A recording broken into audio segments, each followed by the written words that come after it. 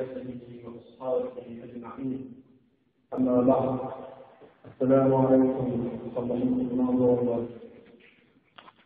اللهم صل على سنة محمد سنة بدن الإيمان أعرض الله فرض القبول إلى وقيام المقصد من رحمة الله والنبي عليه الصلاة والسلام شفاعة الله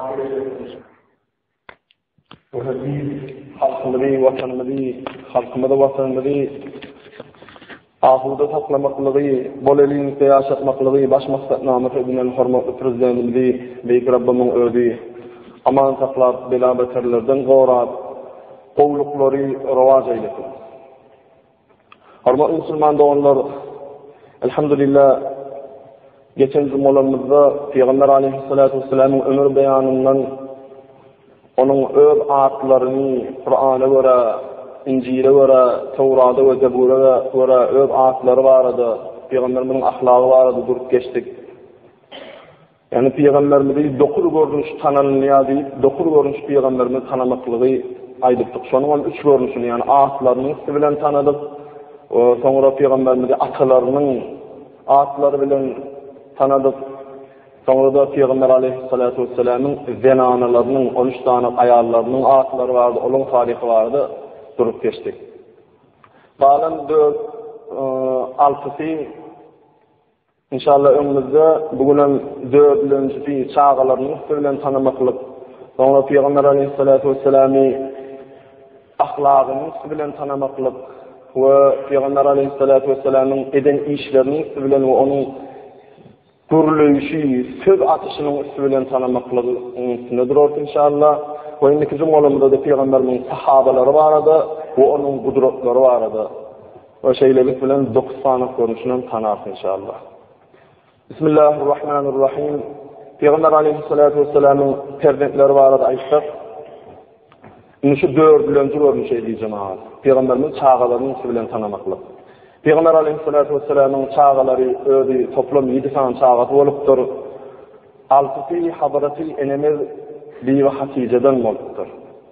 Ve birciği de Mariye Kıptiye diyen enemizden oluptur. İnşallah şolar vardı. Bismillahirrahmanirrahim. Birlencesi bir Hatice'den birinci çağatı Peygamber aleyhisselam'ın Hazreti Kasımcan radıyallahu anh bu da onundan 2 yaşında vefat ediptir. Yaş vaktinde Mekke'de dünyadan ayrılmıştır.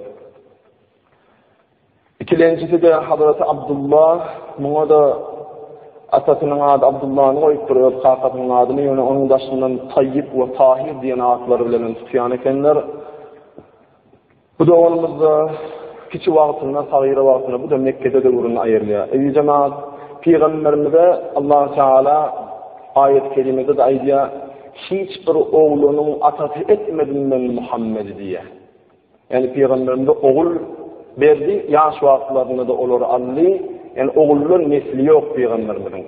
Peygamberimizin nesli çağlarında Hazreti Fatıma-ı Zahra, Hazreti Alaver'in gıyri, Hatice elimizden dolan körpe gıyri.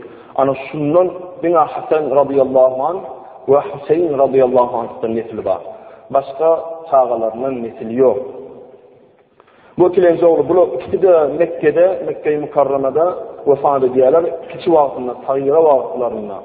Hazreti Hatice enemizden 6 çağatının ikisi oğul, Hazreti Kasımcan ve Hazreti Abdullah'dan, onlar da iki vaktinde ayrılan. 4 tane de biri var.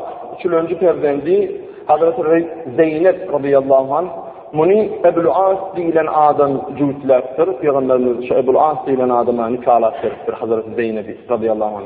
Hicretin 8. yılında dünyadan ayrılır, vefat ettir. Ve Cennet-ül Baki'de zaylanlıktır. 4. perdendi Hazreti Rukayya radıyallahu anh'a. Bunda Ebu Leheb'in oğlu Atabe diyen bir oğlu Ebu Leheb Peygamberinin kakalarının ağalarından biri, kakasının plan kakası oluyor bizim dilimizde. Şunun Kur'an-ı Kerim'de de bazı Ebu Leheb bazı Peygamberinin ganim düşmanı olan adam öz oğlu oldu. Şunun Atabe diyen oğlunu nikahlattır Peygamberimiz. 5. çağatı perdendi Hazreti Ummu Gülsüm.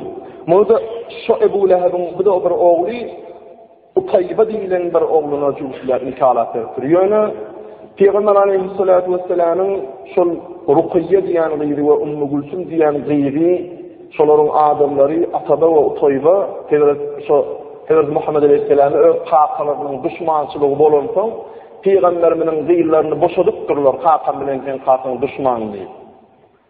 Ve Hazrat Muhammed aleyhisselatu vesselam Ruqayya diýen gyýryny Hazrat Osman radıyallahu anha 4 şariýarlaryň üçüncüsine nikahlap berýär. Ve Hazrat Osman radıyallahu anh bilen ýaşaşyplar, Ruqayya enemiz dünýeden gaýdýar, wafat edýär. Sonra Peygamber aleyhisselam Ummu Gülsüm enemidi de Osman radıyallahu anh'a nikahlap berýär. Yani Ruqayya enemiz dünýeden gaýdan soň wafat edenden soň. Ummu Gülsüm enemiden Hazrat Osman dünýedeki Medine'de bu da wafat edýär. Şonda Peygamberimiz Hazrat Osman'a şeýle bir hormat goýýan eken, şeýle bir utanjak bir ahlakly bir Peygamberimiz öz ahlaklarynyň bir sahaba-dy. Ona şeýle söz diýipdir. Ikilenji gyýy nikahlap berilýär dünýeden gaýdan soň. Ey Osman radıyallahu anh, Osman nittir, men nittir eger üçüncü gyýym bar bolan bolsa, onu da sana nikahlardım diýipdir. Şonuň ýaly Hazrat Osman'a hormat bar eken Peygamberimiz.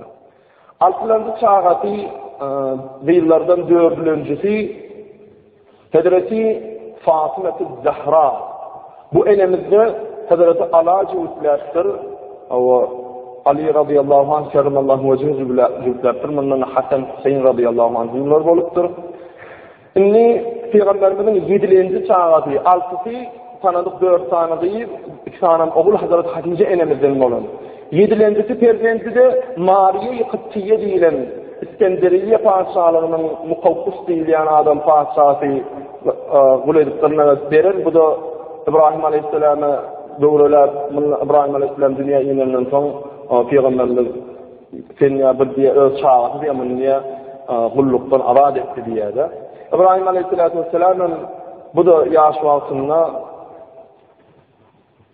bir yıl 6 ay kerwayatlara ýaşapdyr. Bu da Cennetul Baqiýada jaýlandyr. Ene Cenab radıyallahu anhum ve radu anh Peygamberimizin çağaları şular. Şimdi bu dördüncü görünüş tanışı. Atasının üstülen asları, asları bilen tanıdık, atalarının asları bilen tanıdık, ayarlarının asları bilen tanıdık, dördüncü görünüşü perdeklerinin asları bilen tanıdık. Şimdi beşinci görünüşü Peygamber aleyhissalatu vesselam'ı hiç kimde tapılmayan büyük ve güzel ahlakların üstülen tanımakla. Bu arada Allah Teala Kur'an-ı Kerim'in 68. suresinin 4. ayetinde şöyle diyor. A'udhu billahi mineşşeytanirracim. Bismillahirrahmanirrahim. Ve inneke le'ala hulukin azim. Sadakallahul azim. Allah Teala ayettir. Ey Muhammed Aleyhisselam, sen hakikatten büyük ve güzel ahlak bilen yaradılansın diye. Allah Teala Peygamberimiz yaradanına ömür hiçbir adamda tapılmayan ullukan bir güzel ahlak bilen yaradıktır. Peygamber Aleyhisselam'ın özü de hatta aydiyaki hadislerinde Peygamberimiz ahlakta muallim-u ahlak. Biz ummatını ahlaklı olmaklukta birinci muallim. Ondan sonra sahabalar Peygamberimizin ahlakını bize muallimlik öğrettiler. Ondan sonra tabi'inler, ondan etba'a tabi'inler, ondan sonra evliyaullahlar, pirler, Allah'ın dostları.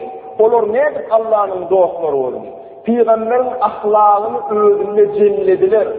Peygamberi durumunu yaşadılar. Peygamberimizi nehir yaşan olsa, hem ne problemi de, hem ne meselede nehir özünü alıp baran olsa, evliyalar da şunun yâlı oldular da pir oldular.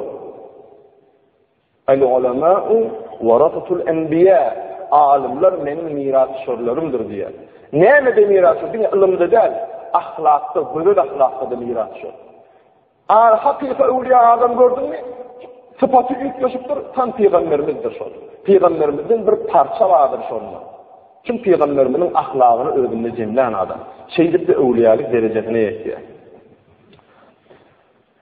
Peygamber Aleyhisselatü Vesselam aydıktır hadis-i şerifinde İnnemâ du'istu lu'ite lime salihal ahlak. Yani men iyilerimse de bu kılıkları tamam etmekle için, bu kılıkları size doğruluğunu öğretmekle için iyilerimdir. Peygamber Aleyhisselam'ın her bir ahlakı ahlakını öğrenip şonun ýaly bolmaklygy biz hemmemiz hemişe gayrat etmeliyiz. Çünkü Peygamberimizde Resulullah'da halillik ba, sahabat ba, haya utançoňluk ba, pesperlik ba, adalet ba, kanaat ba, sabır ba, zühd-ü takwalyk ba, bağışlamaklyk, geçirimli bolmaklyk Peygamberimizde ba, sadakat ba, dogurluk da ba. Şoň üçin Peygamber aleyhissalatu vesselam'ın hergiz ahlakyny öwrenip bir jigine edilmesek bu dünýede bir mana tapar.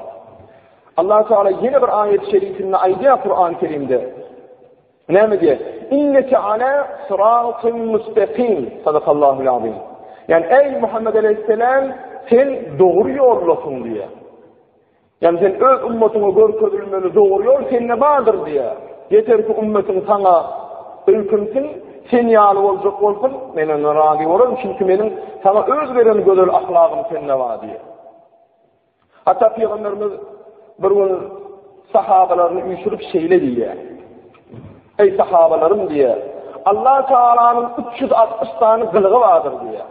Yani Allah Teala'nın sıfatken onun fansız, ebediyen Allah Teala'nın övüp kuturup olmuyor. Yönü bizim öğreneyerlik, bize yeterlik 360 tane kılığı vardır diye.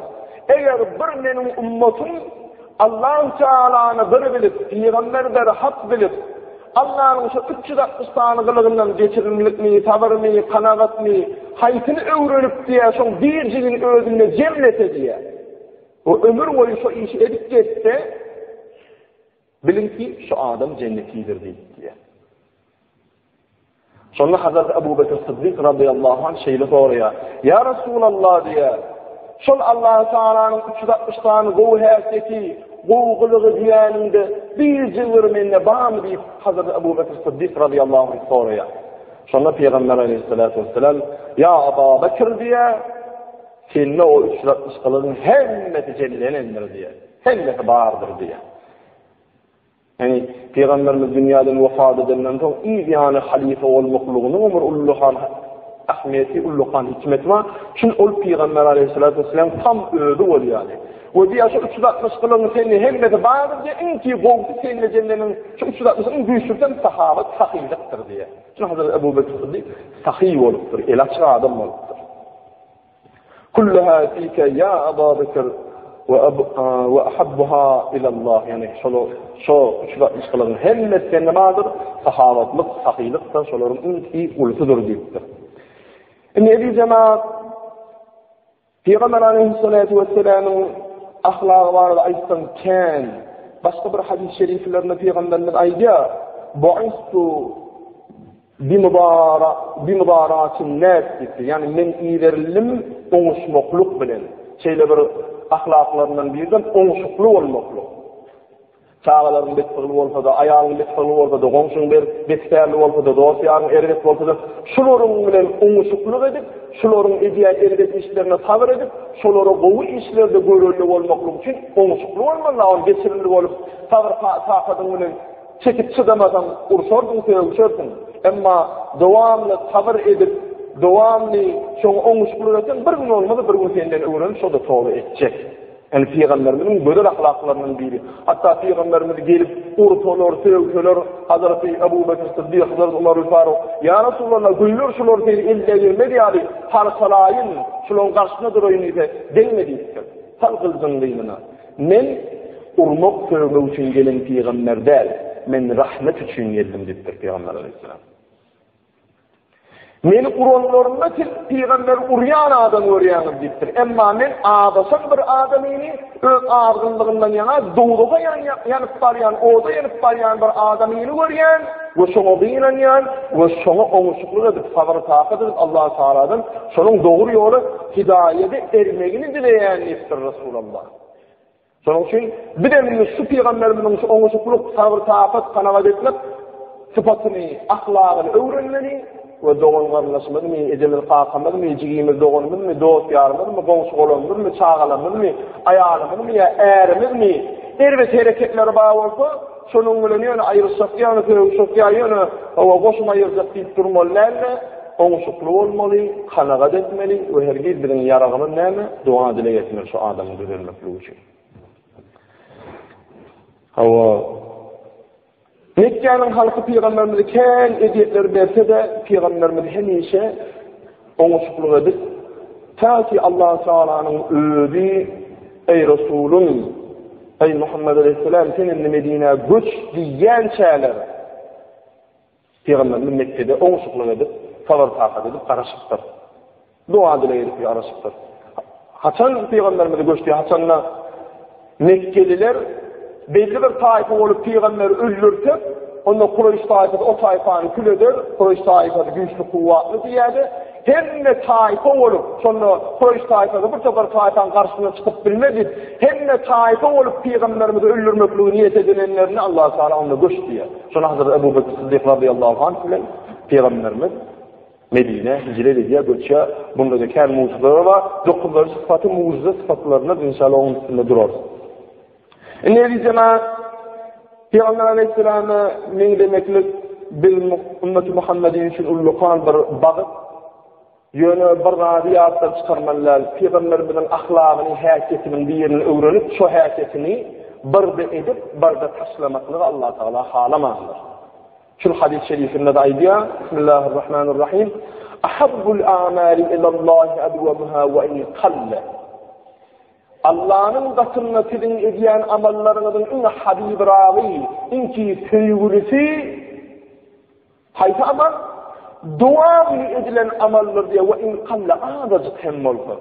Bir yeni köyceler azıcık soğaylışı et Peygamberin sünnetini et diye. Yani son dua et Allah Teala'nın yanına solluya has hayırlıdır, has sevgilirektir diye. Bu ulluhan bir soğaylı şey diyen, bir belediyen, bir de defelek geçen edin abi. Onu değil. Bir küçülerdik soğaylı şey olsun, yani şu an devam edin.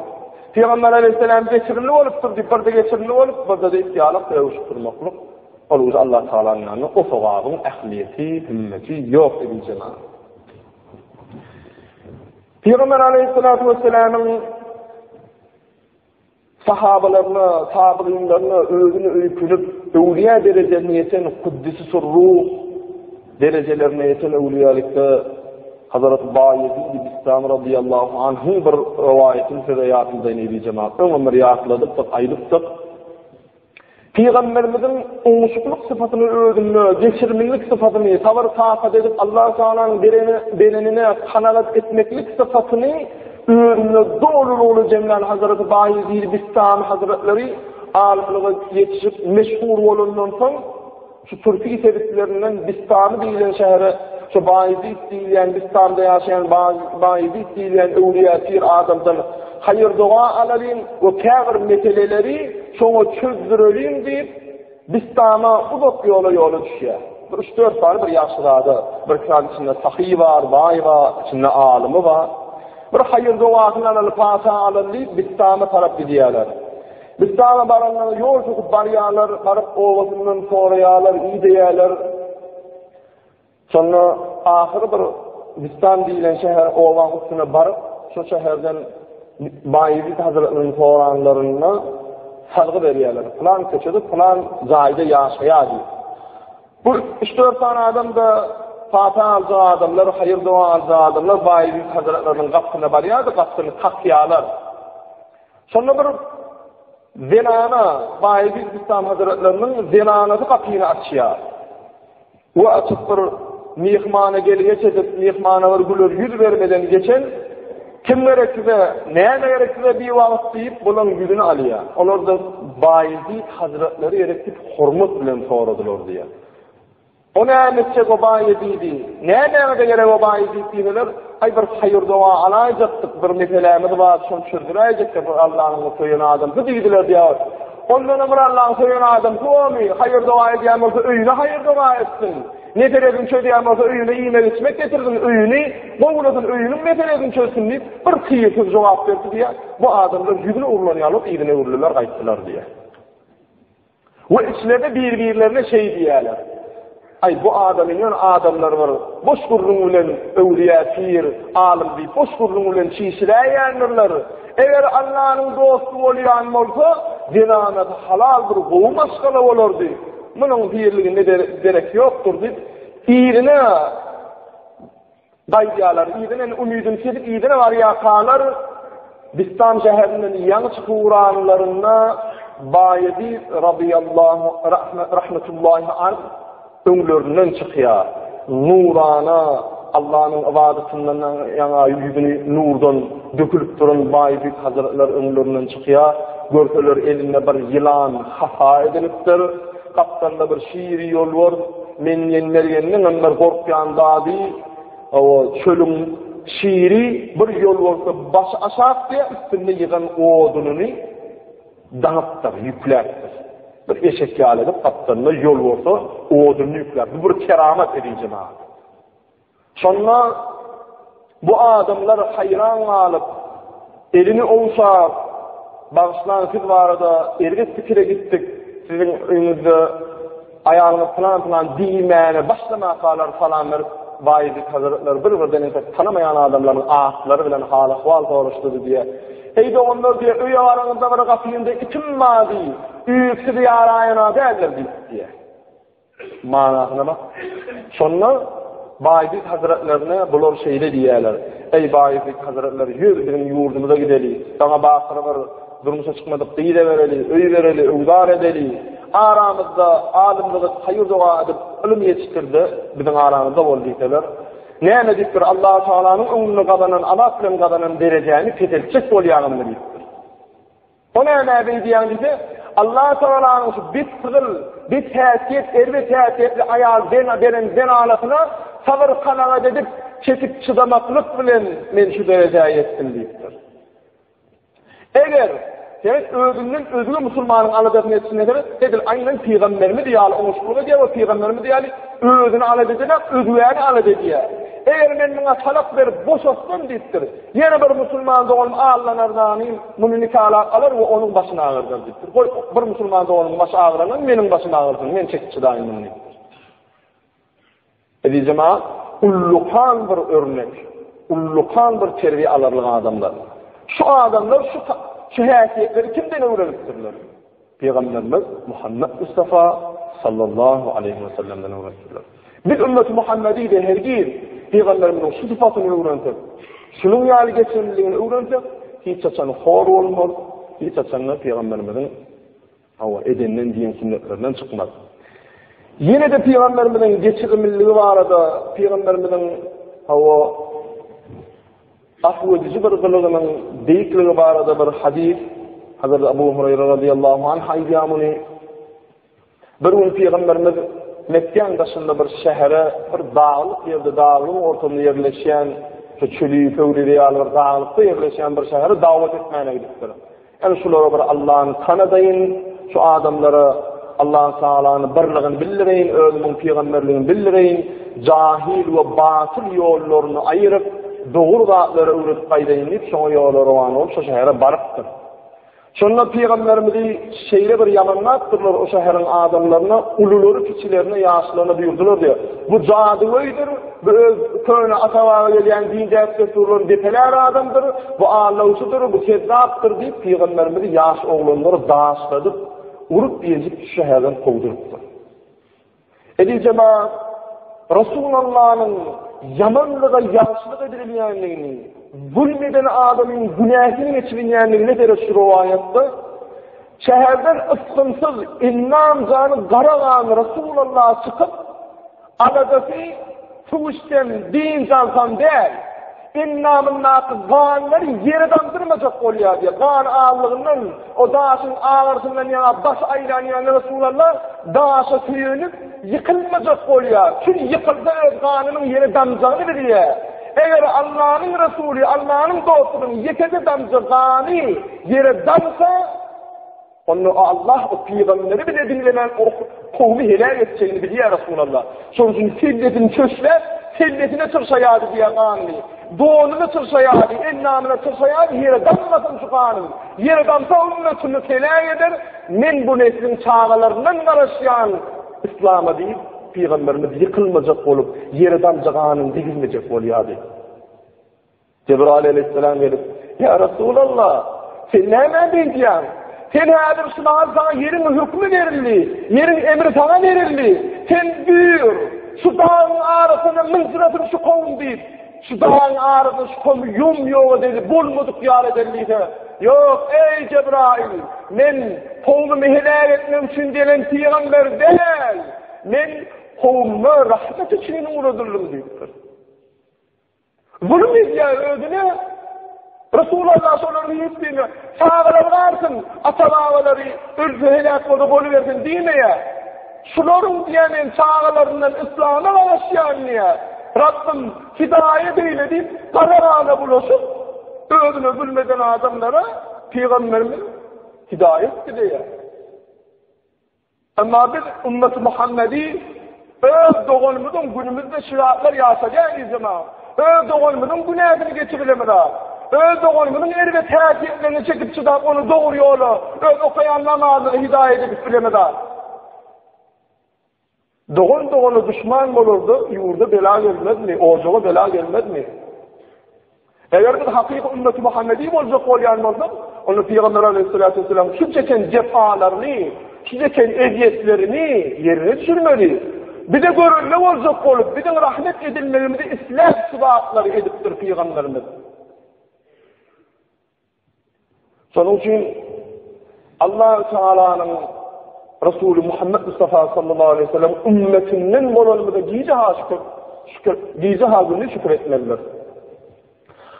Çünkü İsa aleyhisselamın dövrünü bolup geçen İsa aleyhisselamın havarilerinden kalan adamlar Peygamberimizin ümmetine sahabeler, tabi'inlere Peygamberimiz öğlenini, senin Peygamberimizden Peygamber var mı? Bizim Peygamberimiz İsa aleyhisselam kum biiznillah deyip bir kabra buyruk verse Allah'ın adıyla tur deyip şu kabırdaki ölü turuyordu deyip. Şeyi kızaret veriyor Allah Teala'nın bir dostuna. Anna bu hazretleri ne diye. Ey Mesih'i, ey İsa Aleyhisselam'ın kavmi, senin peygamberin Allah'ın adıyla ölüğünü direleceğin olsa, Muhammed Aleyhisselam'ın Allah'ın onunla şeyle bir hurması vardır. Özünü bir kırada koy, Muhammed Aleyhisselam'ın ümmetinden bir evliya, bir Allah'ın dostu. Men ümmeti Muhammedi, men Muhammed'in ümmeti, benim hurmatım, benim adım bilen kal ey ölü deyip, kum biizni deyip de o ölüyün direldir deyiptir. Peygamberimize mucize görkenlik, kudret görkenlik öz derecesine beraber, nedir öz derecesine beraber, nemelere yetecek belli değil. Ümmeti, hani Abdülkadir Geylan Hazretleri yâli Evliyaullah Kuddüs'ü Ruh rahmetullahi aleyhine bir Yahudilara ölüyün direlip veya sağ yeninde cenneti, çek yeninde de doğduğunu görkünü bilen adamlar. Yani ümmet-i Muhammedi'nin bizim eğer takva olursak, eğer Peygamberimizin hem ahlakını özümüzde cennet bilsek, onun Allah'ın ümmetinin kadir kımmetini sen bilenlersin, melekler ve Allah bilenler. Sen onun derecesini bilmezsin. Ey cemaat, yine de size bir daha edeyim. Kabir Vahabi akidetine giden doğumlumda da şunu yatlayan, Evliya ziyaret etmek bolana, evliya ziyaret etmek şirk-i billah, boyun onyalı görürüm. Evliya var, haydi var Allah'ın dostu olsun. Ey Allah'ın medelim ağır şanzan, kurma şanzan, koşma ağır plan batmağa verdiysen hakikaten hem şirktir, kafir olur. Hani Allah'ın bennetinden diledi. Ey Allah'ın şu mübarek dostun hurmatını deyip vesile tutmaklık doğrudur. Allah'ın dostlarını dil getirip olma bir cemaat. Köylerde bir evliyaullah, bir pir adam, bir piyada rodadan, bir trotuarda yürek baryan eken. Allah'ın dostunu sileşine eder. Önünden bir yaş juan, yaş teri öylenen erhile veriyor. Bu takva adam, takvalıktan yana, Allah'ın zikrinden yana hiç yerik seyretmen, öz yolu bilen bir yerik gözünü dikiptirdi, öz yolu bilen yürek baryan. Önündeki gelen Yasua'nın gelini de Allah'dan korktan bir cenane ki başta onu karaklanman eğrinin izleyeninin yürek geliyen. Onlar gülüne oradan gülüne tarafından bir evliyaullah gülüne tarafından gülüne oraya var ya. Bu ilanlarına görmezlikten, bilmezlikten yasa evliyaullah'ın elini bu denananın eline takıp geçiyor. Şunda şeytan aleyhillâhını derhal yetişiyor adamın yollusunu, yaş oğluna ey diye Oğlum niye yaşuan, sen namus etmeyen, sen niye bir namus mu diye, sen zenanan kapıp diye, oğullar kapıp geçtana o yaşur diye. Yani ben de korkyan ondan, bak onu doğru dostum sen sever yarını takıp geçti o deyip, bunu güzalık veriyor, bu da şeytanın vesvesesine gidiyor da, iyiliğine öğürlüp yankı Allah'ın dostunu bilebildiğinden uğruyor. Yencip bir hal görünüşte diye, bu adam görünüşünde de Allah'ın dostu, Peygamber ahlakından ahlaklanan, kaharlanmaya, karşını bile çıkmaya ödü yolu bile ıskıntı fazla duruyor da yüre veriyor. Bu oğlum da Cenab-ı'nın yanına var ya da bir adım etmenke tapkacağını çıkıyor. Tapkacağını çıkıp yıkılıyor, ölüyor. Cenab-ı'nın kıyıklarla diye çoğurup taşı üyüşüyor. Bu adam da bu olan işten haberli oluyor da iyiliğine uğurluyor. Sonra bu yaşıklar Allah'ın dostundan koruyorlar. Ey yaşlıada! Sen yaşlı değil, bu yaş. Urulan sen niye, mazlum sen, zulmedilen sen niye? Sen ölmeliler mi diye, sen urulun isteyencine yani yencildin diye. Ne için uruna hiç şart değmedi, hiç şart olmadı, urun öldü diye. Aydayın mı ne için ölemli diye. Bu adam ne için benim tevır yarımı dostu diye, taktın, urdun deyip gelin, beni urdu. Allah da sen ne için benim dostumu, benim tevır yarımı urdum deyip bunu urdu diye. Allah Teala doğru tutudur evliyaullah'ın. Onları hergiz dil yetirip olmaz. Onların hürmetini hergiz Allah'dan dilenirler. Bir nankör, bir eciz benimle. Başıma da bir kıyınçılık düştü. Allah'dan dua edip, sadakalarını edip, meçhide verip avaz edip, haçanla ne bir günümüz kovuluyor? Namaz da yok, niyaz da yok, dilek de yok. Şunun yalları bak. Kur'an-ı Kerim'de Allah-u Teala öyle ayet-i kerimede. Şeyle bir denilen vardır, olur nankördürler. Atanla başına bir sıkıntı, başına bir kıyınçılık gelenle elini seri veriyorlar diye. Ayet şey. Başına bir kıyınçılıksı elini seri veriyor yani. Menden iyiliğinle, ya Rabbi şu kıyınçılığımdan beni ayıra şu kıyınçılığıma yenilik veriyor diye dile veriyorlar diye. Atannenin onlara kovulup ihsan eden de, başından kıyınçılıklarını ayıran da, onlar o kadar nankördürler, onlar yarın çıkıp yüz çeviriyorlar diye. Hamala bilemedik yani. Ya Rabbi şu beladan kurtarmayın, namazdan ayırmayın. Ya Rabbi şu beladan kurtarmayın şu. Bela niye neden haram işler etmekle neticesinde geliyor değil mi? Men şu haram işlemin neticesinde bela şu beladan kurtar, men tövbe ettim, barmayın ya. Hasan Allah Teala halaf ediyorum, yine şey olunmuyor. Na'udhu billah. Onun için herkes Allah Teala'nın rahmetinden naumid bolmanı, la taqnatu min rahmetillah, Allah'ın rahmetinden naumid bolmanı diyor. İnni eli cemaat 5. sıfatı Peygamberin ahlakını tanıdık. İnni 6. sıfatı da Peygamber Aleyhisselatü Vesselam'ın o yetlerinden tanımaklık. Peygamber Aleyhisselam'ı 7. sıfatı da Peygamberimizi o sağlarından işinden tanımak. Bu da bir kazık geçelim inşallah İngilizce olanlarda sahabaların sırlarını ve mucizelerinin sırlarını tanırsın inşallah. Peygamberimizi getirilen tanımaklıkta Allah-u Teala Kur'an-ı Kerim'in 52. suresinin 3. 4. ayetinde şöyle diye: "Euzu billahi mineşşeytanirracim. Ve ma yemsiku anil heva in huwa illa vahyu yuha." Sadakallahu'l azim. Ey Muhammed Aleyhisselam, Muhammed Aleyhisselam hay hüvvetinden getlemedi hiç vakit. Neme getlese vahiydir. Allah Celle Celaluhu aytti, ondan getledi. Yani Peygamberimiz hiç eten öz nefsini, öz kellesine bir rahat değmedi diye. Hıtman ayeten Peygamberimiz, Allah-u Teala Peygamberimize vahiy diye, Peygamberimizin ağzından çıkandır, Allah-u Teala'nın aydan sözüdür. Ayetin özü olmadı da şu ayeti Allah'ın aydanını giyinişleyin öğrediyen bir sözdür diye.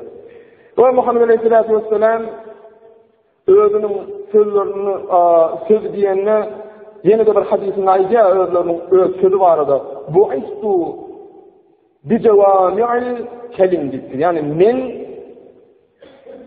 turzullum, yaradıldım kelimeyi camığa bilen, kelimeyi camığa diyen idi Cenab-ı Peygamberimiz şeyle bir üç köşkük varken, adet bir detay verirken, ken bir sağlık, iki sağlık kurulab düşündürülecek mananı öğreneceklerken. Yani adacık gepler, ken mananı düşündürülen sözülen kurulurken Peygamberimiz. Hatta sahabeler ayırıptırlar. Resulullah getlerini bittir. Her getini kaptanına oturan adam tane bir tanat bilir bittir. Şunun yalı bir umudun, mülayim, orta fesbilen, mülakatli, düşnükli edip kaysalap Peygamberimiz gurlar eken. Yani bu da Peygamberimizin getleyiş usulü. Şimdi Peygamberimizin işlerinin üstübilen tanımaklık edeceğim cemaat. Bu da Kur'an-ı Kerim'in 3. suresinin 31. ayetinde Euzubillahimineşşeytanirracim. Ayet Allah Teala "Kul in kuntum tuhibbunallah fattabi'uni yuhibbukumullah ve yaghfir lekum zunubakum. Vallahu gafurur rahim." Sadakallahu azim. Yani ey Muhammed Aleyhisselam, ey ummetuma, yani ummetuma şeyledi bir de ey ummetim, eğer siz Hudaýy gol görýän bolsaňyz, Hudaýy sevýän bolsaňyz, meniň ýyzyma düşün, meniň elen işlerimi edin, şonu Hudaýy sizi gol görür, söýür we günäňe geçer diýipdir. Allah Taala son derece bağışlayıcıdır we rahimdardır diýipdir. Hani Peygamberimizin işlerinden tanımak diýilene 4 görüş böyle işler Peygamberimizin edeceğim birlerde mubah iş, yani iyi yetiştir, yatıktır, turuptur, normal ve favalında günahda del şol. İkincisinden mustahab işler, yani her bir işte Bismillahirrahmanirrahim deyip başlaptır, hağı taraftan başlaptır. O sonra vacip işleri, mesela secde etmeklik, namazda yalnızdan, şu an şeyler Peygamberimizden galan işler ve Peygamber Muhammed Aleyhisselam yine bir getiren hareketleri işlerinden diyoruz farzlar, yani namaz okumaklık, haca gitmeklik, zekat vermeklik, orada tutmaklık. Şu görünüş mubah, mustahab, vacip ve Peygamber mustahab diyelim sünnet-i şuna geliyor ve farzlar Allah'ın buyrukları. Şu dağıtları, yani Peygamberimiz öz başına bir hareket etmeyendir. Hem eden hareketleri Allah'ın buyuran hareketlerini bize görürler oluktur. Yani cemaat Peygamberimizin 7 görünüşünde tanıdık. Atları bile, öz atları bilen, atalarının atları bilen, ayallarının atları bilen ve perdeklerinin atları bilen ve Peygamber Aleyhisselatü Vesselam ahlakının üstü bilen tanıdık. Peygamberimizin sözünden tanıdık. Peygamberimizin fıgılından eden işlerinden tanıdık. İnşallah bir yedisini tanıdık. Ve 8. ve 9.